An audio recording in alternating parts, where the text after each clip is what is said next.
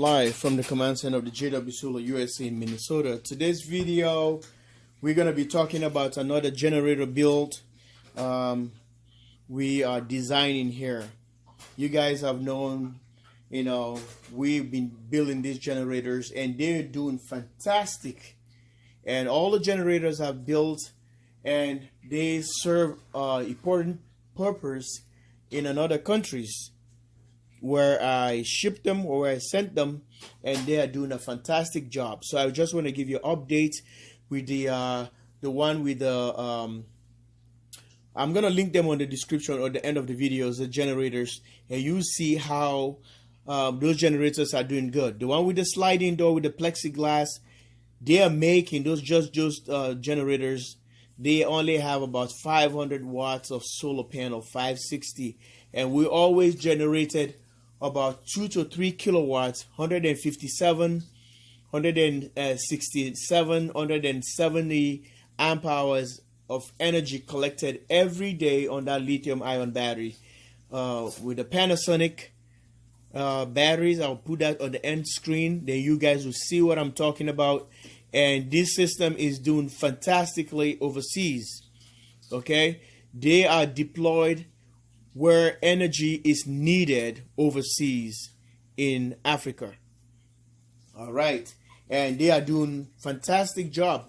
2.8 to very close 3 kilowatts every day, full charge. They're running a refrigerator, freezers, constant electricity, charging cell phone, laptops, Bluetooth devices, hotspots, whatever, and they're generating some income, and they are helping the community as a whole.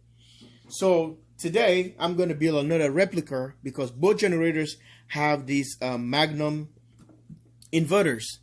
All the ones I've built is a kilowatt of inverter. This is just about 600 watts, so it's not even a kilowatt. So what we're gonna do, already implement these boxes. Maybe I can put that on the end screen as well, and which I got from my favorite store, and I already incorporated that with a blue seal battery disconnect, and I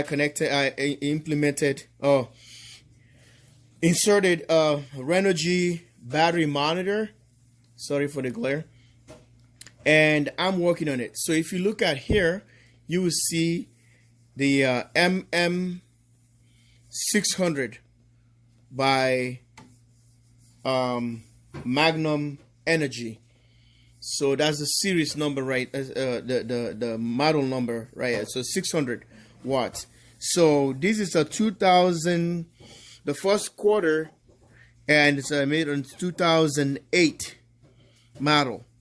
So this one doesn't do, I tried it, it doesn't do the battery charging, the built-in inverter charger. For some reason, I don't ever get it to work. I wired it and I just discard that. So now it's only implemented or improvised by putting the outlets here, so we can able to apply different devices. And this one is going to go back overseas, so it has all these charging cell phone stations and portable mobile system.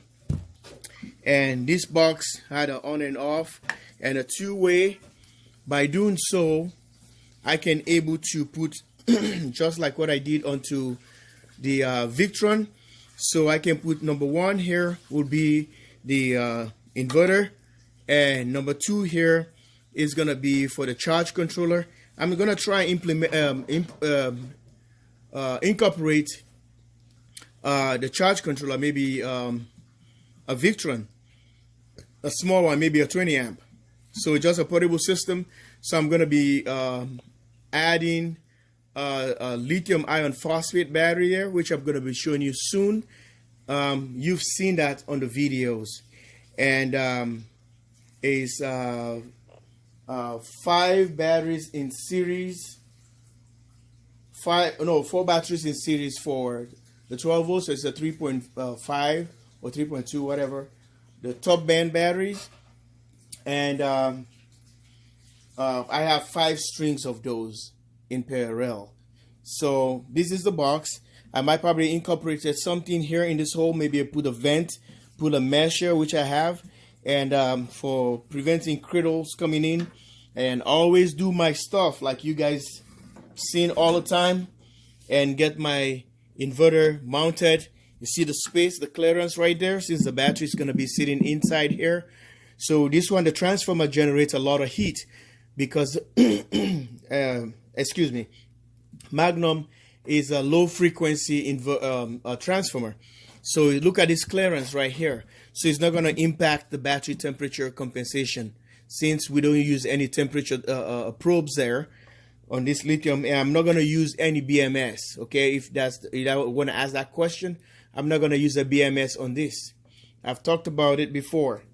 And here, there's the terminals here. So I'm going to order. The parts are coming.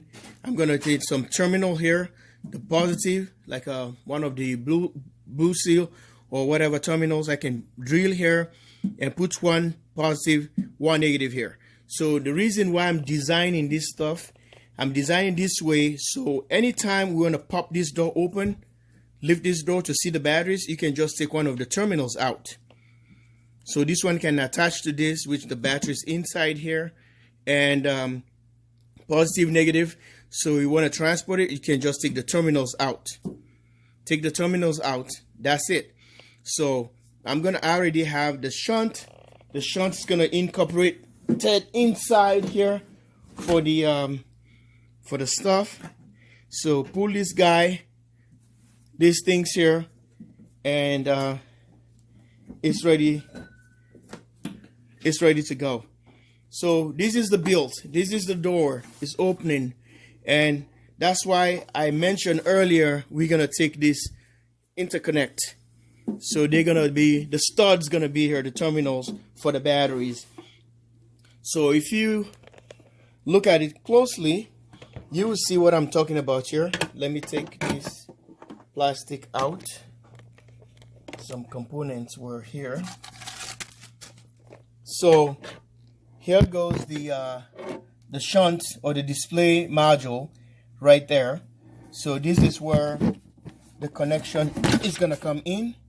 I'm just gonna drop this thing, and here goes the terminal for the battery and for the charge controller. So I'm gonna demonstrate how the battery is gonna sit in here with no problem, not touching the top, and I'm probably gonna grind these studs.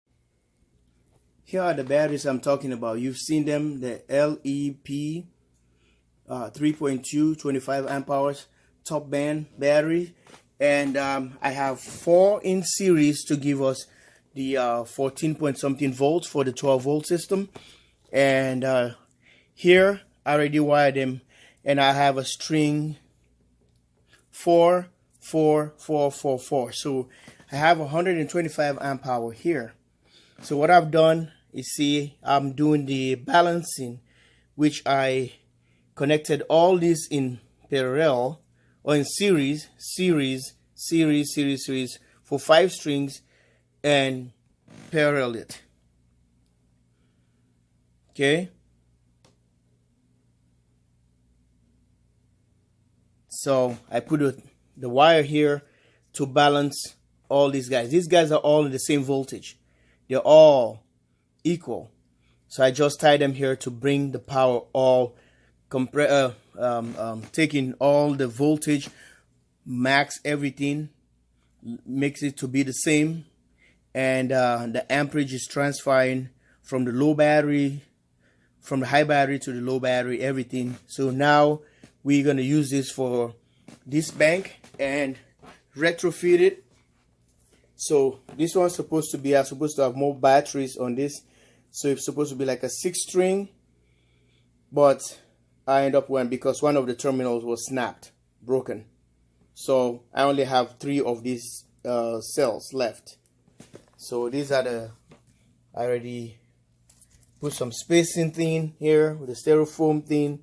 So I'm gonna put it inside there and see exactly what I'm talking about. Stay tuned. Here we go. The batteries are in, and this is the space I was talking about. I'm gonna utilize this space and put it the shunt, or the shunt's gonna be somewhere there or somewhere in the back here. But I'm gonna make a space that is not gonna contact even the terminals, and push this guy forward. But I'm gonna be having a pad here, which is a foam pad, a thick ones, so these terminals cannot touch to the body here and cause any arcing. And the bottom here is already, you know, taped, because this one can act as a neutral ground or ground, and it can arc this. If you have batteries like this, you gotta be careful, because this is metal. That's the neutral or the negative. So here I'm gonna be having the terminals coming here, the studs tied here, and this is how it's gonna play. And these guys, I'll leave them like spikes here so they can hold the black foam, the thick styrofoam or whatever it is, and what they normally use for packaging. And we're gonna just pull this door right this way, and it's gonna go like this. Voila, it's inside. So everything locked in. Connect the terminals and connect the wires. Now it's gonna be a really short connection, so that's why it's not going direct to the battery buses. It's coming to the studs right here. It's gonna be just like this, like studs coming on this side. Tie the wire. So if we're gonna use it or transport it, so you just have two wires, the red and the black. So tie it into the battery and come here and turn the power to number 1 or number 2. It depends what I assign it for. For the inverter, 1 is going to be probably the charge controller, and 2 is going to be the inverter, or I can put 1 and 2 if it's charging. So at night, if I don't want the charge controller to just take power, which is something millivolts, it's not a big deal, so I can just lock it into the inverter, which is number 2 or number 1, either or. Turn the power off, it kills everything. So this is the build I have for you guys here today. I hope it makes sense, and hope it helps somebody. And this is what we've been doing here, building portable systems right here, JW Solar USA. Thanks for watching. Love you guys all, and bye for now. Thank you. Don't forget to subscribe and stay tuned for more to come.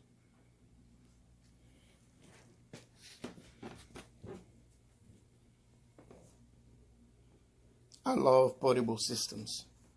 So I have the covers for these to protect. It's not gonna stay like that, from Magnum. Okay.